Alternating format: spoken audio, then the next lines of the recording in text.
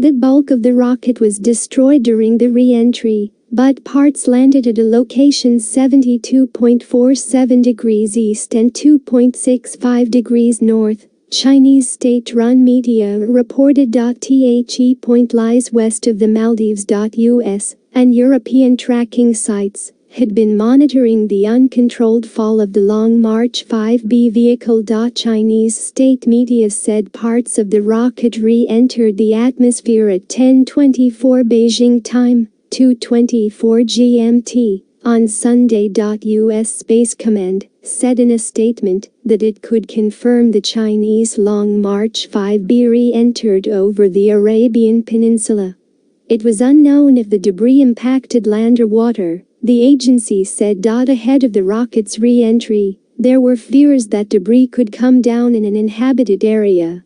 U.S. Defense Secretary Lloyd Austin said China had been negligent in letting the rocket fall out of orbit. However, space experts had predicted that the chances of anyone actually being hit by a piece of space junk were very small, not least because so much of the Earth's surface is covered by ocean, and huge land areas are uninhabited. The main segment from the Long March 5B vehicle was used to launch the first module of China's new space station last month. 18 tons. It is one of the largest items in decades to have an undirected dive into the atmosphere. The U.S. said last week it was watching the path of the object, but had no plans to shoot it down. Various space debris modeling experts had pointed to late Saturday or early Sunday, GMT, as the likely moment of re-entry. The experts predicted that most of the vehicle would burn up during its final plunge through the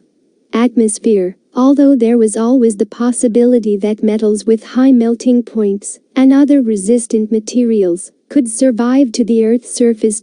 When a similar core stage returned to Earth a year ago, piping assumed to be from the rocket was identified on the ground in Ivory Coast, Africa.